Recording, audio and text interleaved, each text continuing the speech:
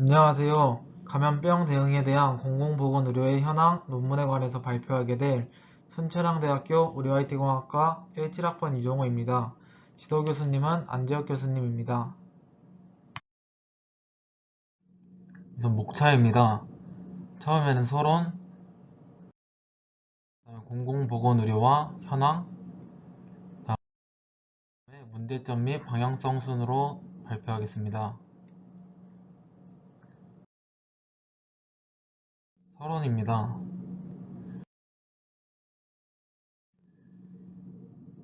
2019년 12월 1일 중국 우한시에서 코로나 바이러스가 처음 발견되었습니다.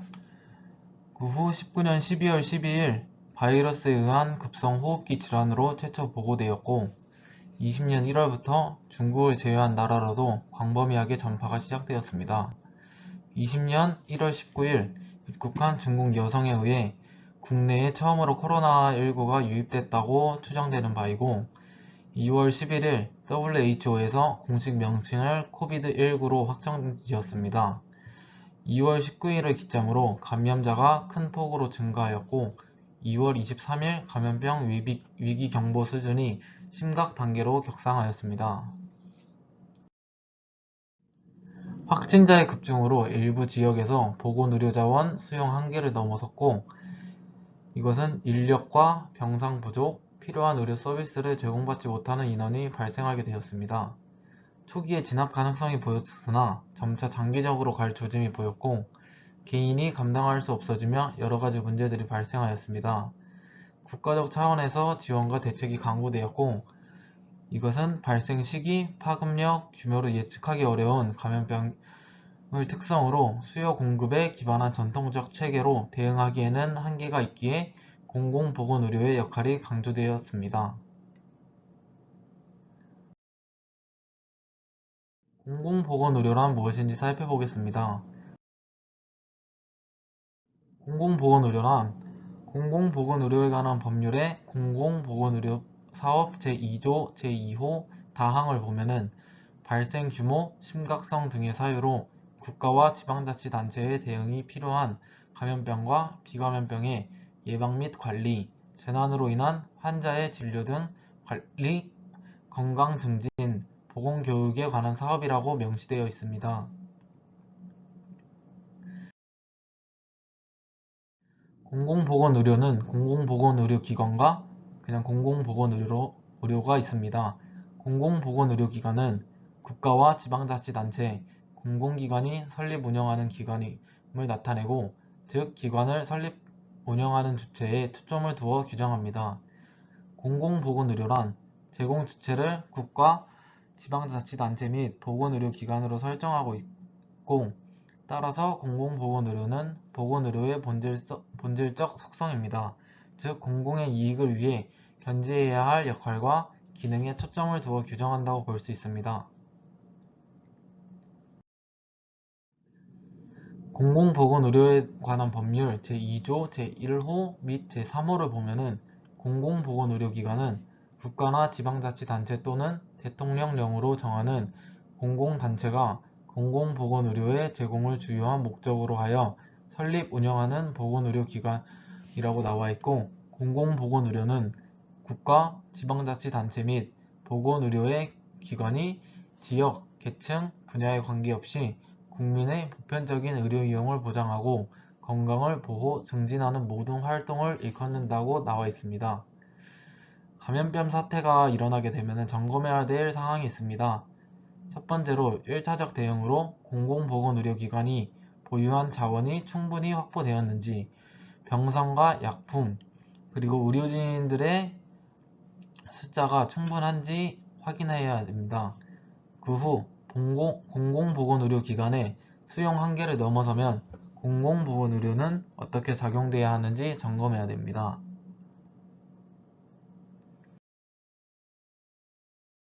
공공보건의료의 현황입니다. 2017년 기준으로 우리나라의 인구 1000명당 병상수는 12.3개로 일본에 이어 두 번째로 높은 수준입니다. 경제협력기구 평균과 비교할 때 우리나라는 병상의 과잉 공급이 우려되는 국가였습니다. 하지만 그림과 같이 인구 1000명당 공공의료기관 병상 수의 관점에서 보면은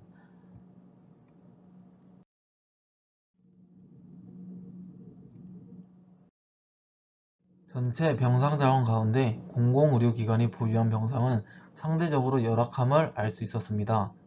우리나라의 인구 1000명당 공공의료기관 병상 수는 1.3개로 전체 병상 중 공공의료기관이 보유한 병상 비율은 10.2%로서 두 지표 모두 OECD 국가 가운데 최하위권에 속하는 것을 알 수 있었습니다.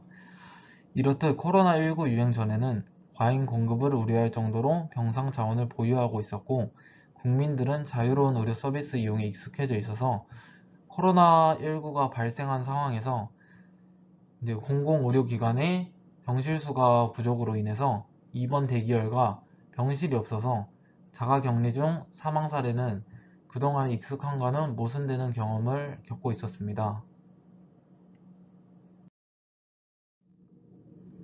코로나 사태 공공보건의료의 현황입니다.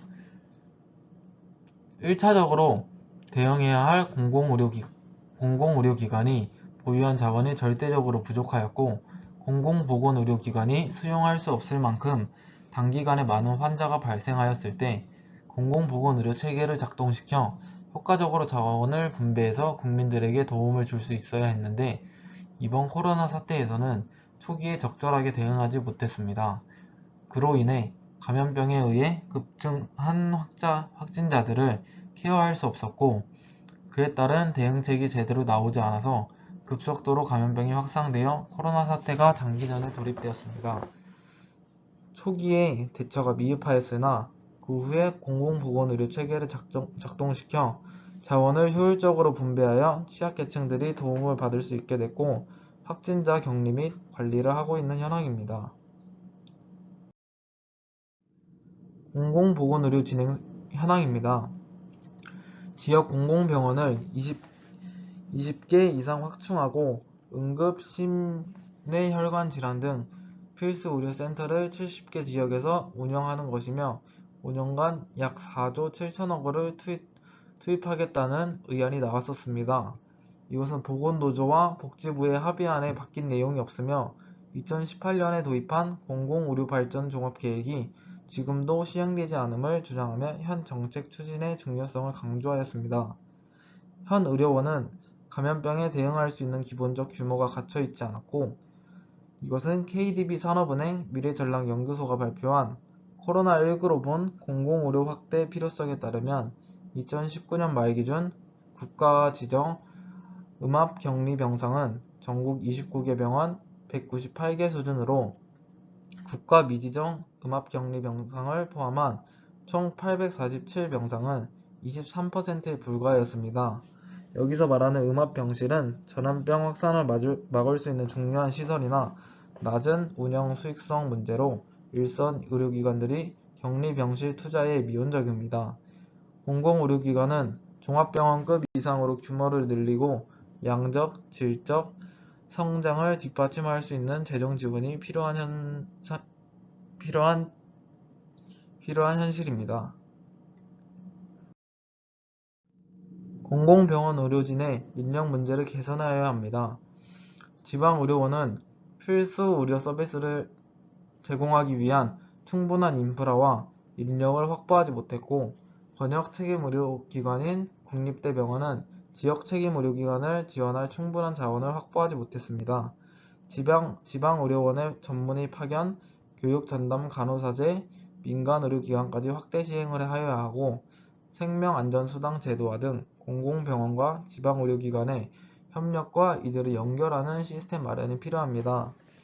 현재까지 공공의료가 취약한 원인으로 공개적 정책에 대한 시행 부족, 공공의료에 대한 투자 부족, 국가의 전체 보건의료 체계에서 공공보건의료의 위상과 기능에 대한 사회적 합의와 목표가 부재되었기 때문입니다. 공공의료 확대는 지금까지 현장이 제기해온 문제들과 해결 방안을 얼마나 실현시키냐에 따라 달렸습니다. 개선되지 않은 채 보건의료 인력을 갈아넣는 희생으로 의료 서비스를 제공하는 것은 지속할 수 없는 구조라 생각하며 공공보건의료에 대한 국가의 일관성 있는 지원이나 육성이 필요한 것으로 보입니다. 문제점 및 코로나 사태 이전에도 감염병 사태는 여러 번 있었습니다. 사스, 신종플루, 메르스와 같은 감염병도 초기 코로나와 같이 비슷한 형태로 시작했으며 코로나와는 다르게 백신이 빨리 발견되면서 종식이 빨리 되어 장시간 재난 사태는 불러오지 않았습니다. 하지만 이러한 감염병도 백신이 빨리 발견되지 않았더라면 이번 코로나 사태와 같이 재난 수준으로 발전될 수 있었습니다. 이렇듯 이번이 감염병 사태가 처음이 아닌데 너무 안일한 마음으로 공공보건의료가 제대로 안 되어 있습니다. 그 이유는 유행 단계에서는 감염병 대응에 대한 공공의료자원 확충이 사회 구성원들에게 용이하게 합의되지만 유행이 진정된 이후의 지속적 투자에 대해서는 소극적인 입장으로 회귀하는 경우가 발견되기 때문입니다. 유행이 진정된 이후의 지속적 투자에 대해서는 소극적인 입장으로 회귀하는 이유는 감염병의 특성상 대응에 대한 예산 투입 대비 효율성 달성을 기대하기는 어렵고 자원 확충 운영이 곧 적자를 발생시키는 요인이라는 인식이 중요하게 작용하였음을 부정할 수 없습니다. 공공의료기관의 비중이 낮은 우리나라 상황상 민간 영역에서의 협조와 투자가 일정 수준 필요한데 의료의 공공성이라는 당위성만으로 손실 감수를 요구하는 것에 따른 한계도 있습니다. 자유로운 의료기관 선택 한계, 상황과 자원 배분은 감염병 유행으로 수용 한계를 초과하는 다수의 환자가 발생함에 따라 자유로운 의료기관 선택 원칙 대신 중앙대책본부 차원에서 자원을 합리적으로 배분하고 환자 이송 전원 체계를 빠르게 실행했어야 했습니다. 다수의 긴급 환자 발생 시 1차적으로 대응해야 할 책임 의료기관을 사전에 지정하고 의료기관을 우선적으로 활용하되 공공보건의료기관의 수용력을 초과하는 환자 발생 시에는 민간 병원을 활용하는 체계를 구축해야 합니다.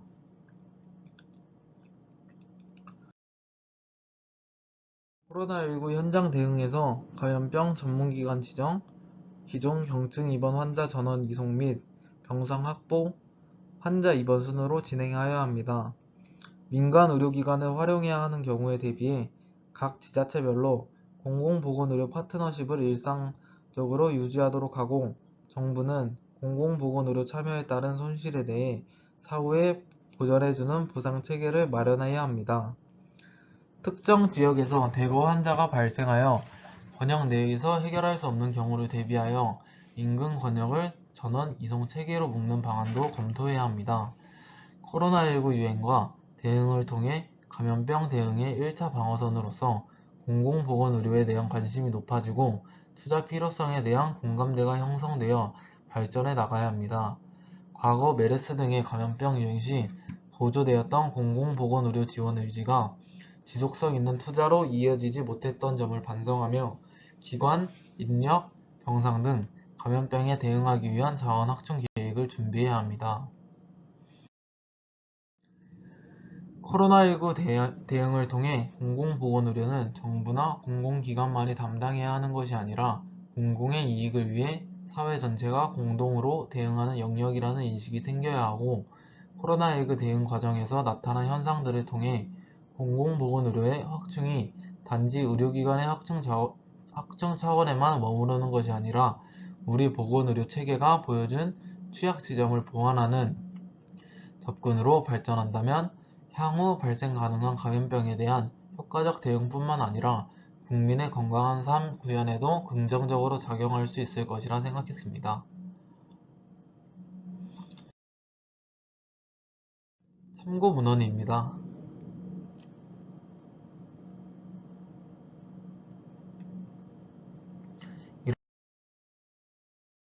이로써 의료정보 응용 논문 리뷰를 마치겠습니다. 감사합니다.